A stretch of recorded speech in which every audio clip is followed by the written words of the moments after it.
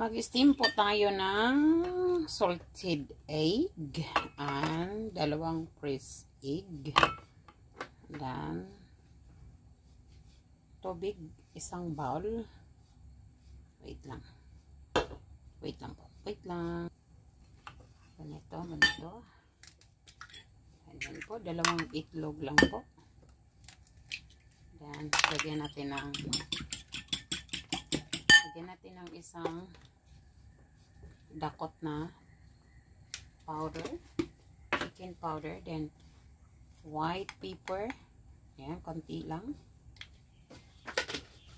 Then mix natin, scramble muna natin.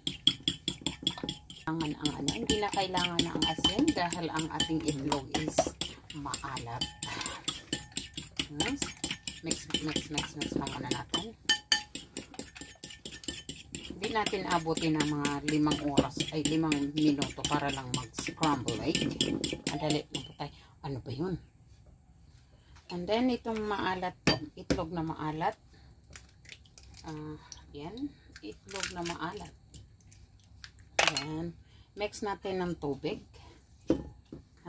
Pigaan lang natin. Pigain lang natin din. And then, lagyan natin ng tubig. Ayan.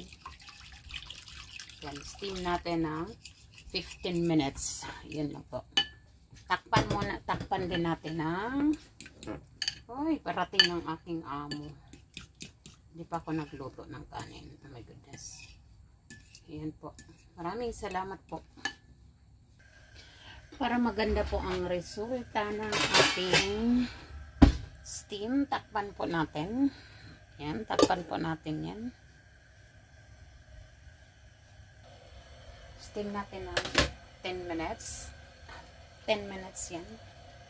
Para magandang resulta, takpan natin.